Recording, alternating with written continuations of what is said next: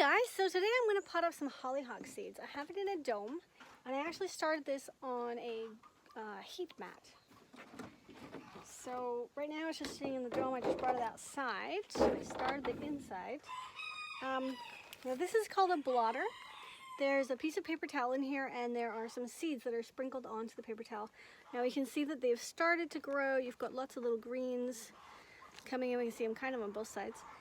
I'm going to take this out. I don't have enough terracotta pots, even though I would prefer to do it that way, and also it's the end of the season, so I don't have any biodegradable pots and those such things. So I did buy some things, and they came in these guys, so I'm going to use them to pot them up. So just typical plastic grow pots. So what I want to do is pull this out. I want to pull this out, gently peel it apart, and then go ahead and start potting it up just like I would anything else. This is just a very boring mix of garden soil. Over here I've got, this is worm castings. It's very mucky. It's from my worm bin. And this one is manure, cow manure that I actually collected a few days ago, which is quite close to my coffee. And this is cow manure. And this pot is full of cow manure, so which I went to a farm and got a trailer load of cow manure, so I can use that and all this stuff. Now this is well composted for the most part. It really looks more like soil than anything else, and that's how you want it. You never want to use manure that still looks like manure, even a little bit. It should always be a full 12 months, had gone through the winter and all that good stuff, and then you can use it in your garden. So I won't use the manure yet. I'll do that as a top dressing later.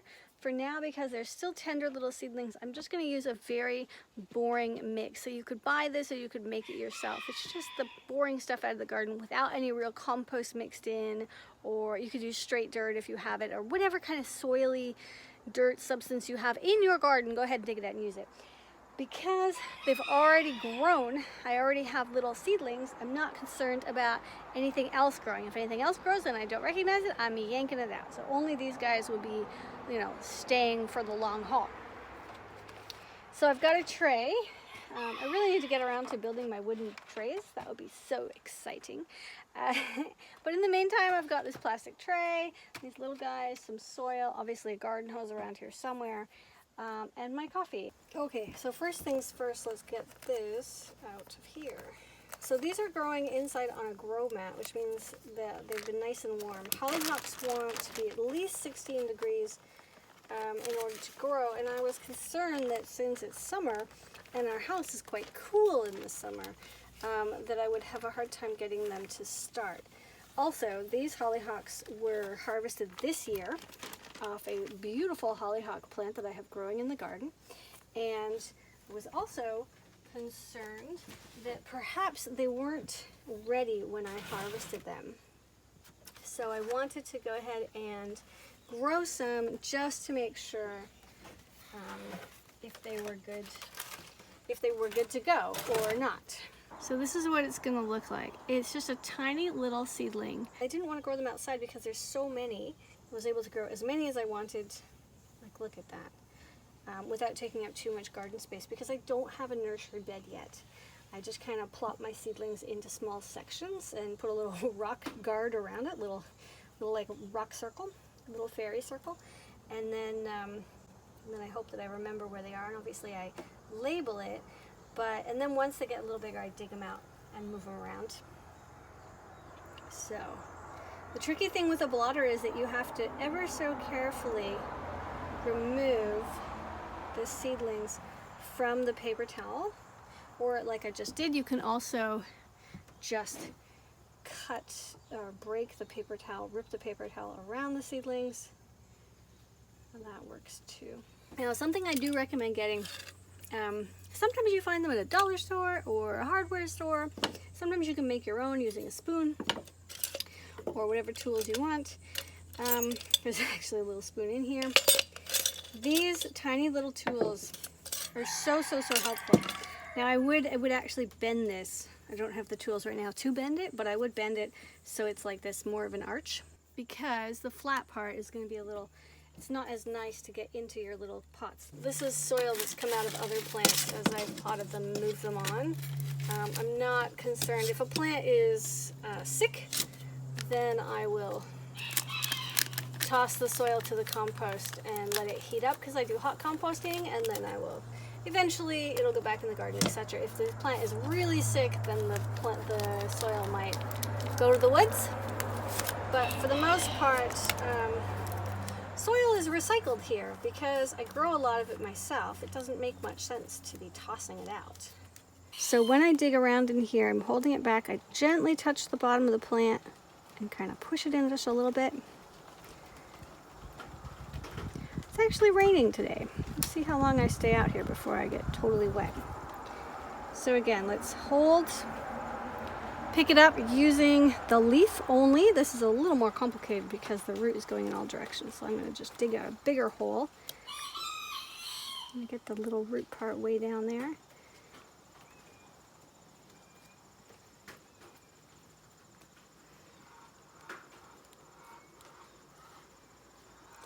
And especially when the root is that wiggly, you don't want to push too much because you don't want to break it.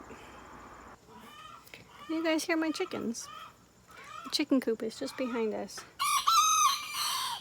A few of which have escaped the chicken run.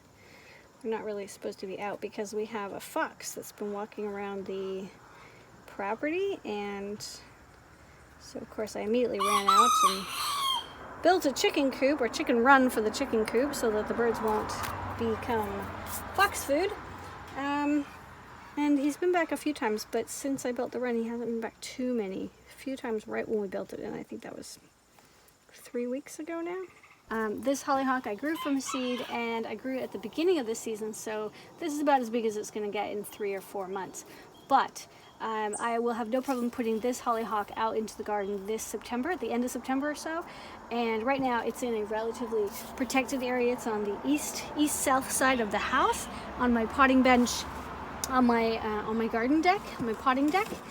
So I'm able to kind of keep it back here a little more protected. It gets sun in the morning, but then not so much in the afternoon. And hollyhocks actually love full sun, but when they're starting off like this, I don't want them to burn or have issues that way. It's also a good thing if you move your plants, because they become hardier. So if you keep them in a container, if you keep them inside and they never get moved, then they become really weak. But the more you move them, stronger they'll be.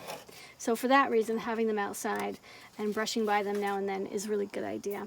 It also means I can water them perfectly and nobody's eating them. And as soon as the space opens up in the garden, or I'm finished with the garden beds, because I'm still redesigning all the garden beds, or I'm still designing, I have barely gotten, I think there are 9 garden beds that are currently built, all of which have been built in the last 3 months. So that's been quite a task. But once a space opens up for this plant, then I'll move it out, which is another reason why it's still in the pot. So at this point, guys, I'm just continuing. Nothing really exciting is happening here. If you'd like to continue and watch me do this, you're more than welcome to. I might say something, I don't know. Might say something interesting. This is kind of a live potting of the hollyhock. On the other hand, if you're just here for the facts, then this would be a good time to move on to the next video you're looking for. And I will say thanks for watching. I'm Scarlett, and I'll see you in the next episode. Toodaloo, guys. That is to all of you who are leaving me now. Okay, some more soil. Almost feels like I'm filling muffin containers, you know? Okay, so now I've got it right. I'm going to pull this out. See if I can pick one of these up. That one's dead too.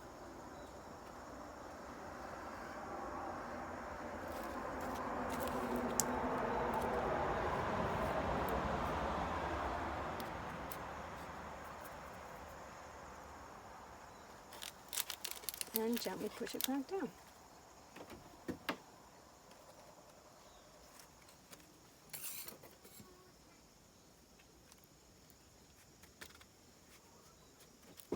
There are some benefits to doing it like this because I don't have to worry about thinning the plant starting too many and thinning them out.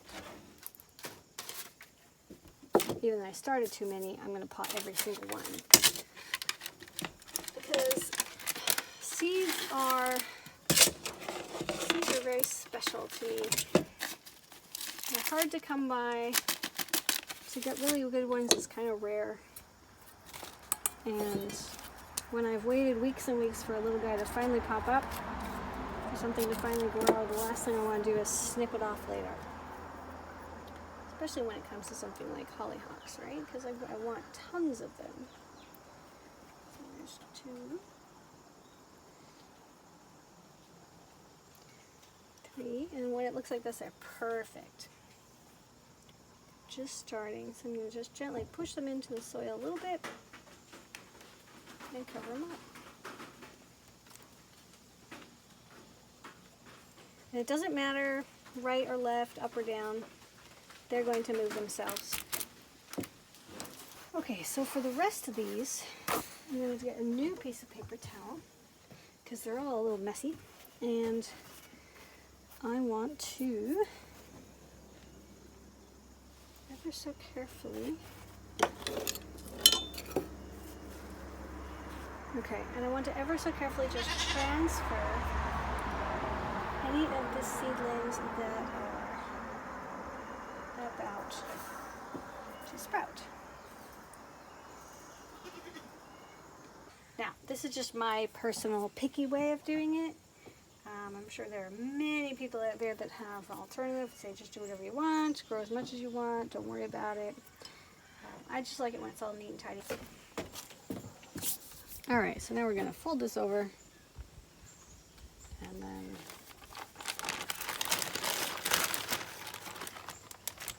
make sure it's not mildewy in there. And slip it in. And then you want to make sure that you close it with some air. So you also have to wet it. What do I want? I'm going to have to water it. Okay, so we're just going to let that soak up.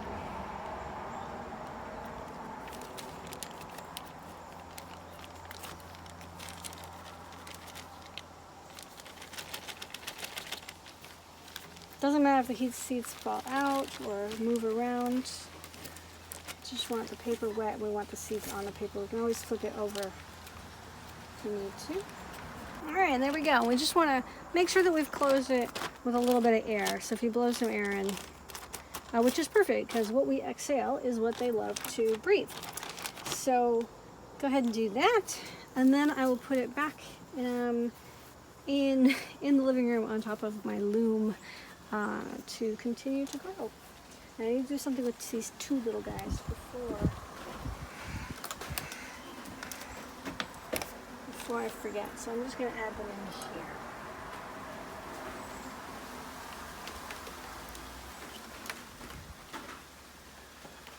So these 2 will have 2 in each little box because there's already seedling guys in here.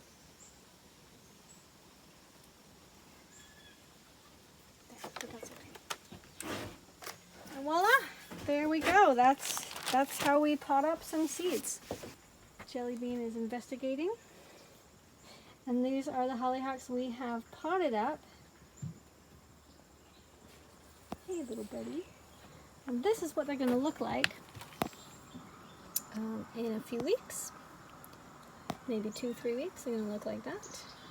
I'm also going to put this dome on top. That's very important.